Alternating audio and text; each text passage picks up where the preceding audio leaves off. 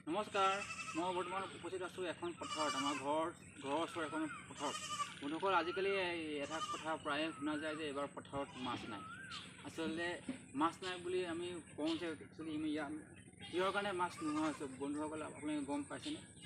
আগৰ পথাৰত ট্ৰেক্টৰ মাৰিলে গোটেই মাছেই মাছ, হাল মাৰিলেও পথাৰত মাছেই মাছ। কিন্তু এইবাৰ পথাৰত কিন্তু বহুত পানী আছে, কিন্তু কথা হ'ল কি ট্ৰেক্টৰ মাৰিছে যদি পথাৰত মাছ নাই।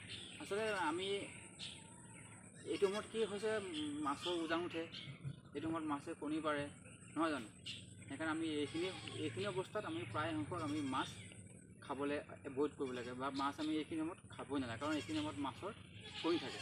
সেইকাৰণে আমি তাৰপিছত আমি কওঁ কি পথাৰত মাছ নাই বুলি আমি পথাৰত কৈ দিওঁ, কিন্তু তাৰ প্ৰকৃত কাৰণ সেইটোৱে হৈছে যে আমি মাছখিনি কণী লোৱা মাছখিনি আমি এইখিনি সময়ত ধৰি খাই দিওঁ। সেইকাৰণে পথাৰত আজিকালি মাছ কমি আহিছে। আৰু পথাৰবোৰ আগতকৈ বহুত বাম হৈ পৰিছে। আগত গৰু হাল মাৰিছিলে, ম'হৰ হাল মাৰিছিলে, সেইকাৰণে আগত পথাৰবোৰ বহুত দ আছিলে আৰু বহুত মাছ জমা হৈ আছিলে। আজিকালি পথাৰ বাম হৈ পৰিলে ট্ৰেক্টৰ মৰাৰ কাৰণে, সেইকাৰণে মাছো কমি আহিলে।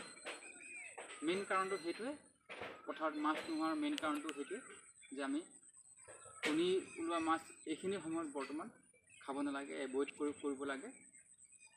ইমানখিনিয়ে কৈছোঁ। ধন্যবাদ।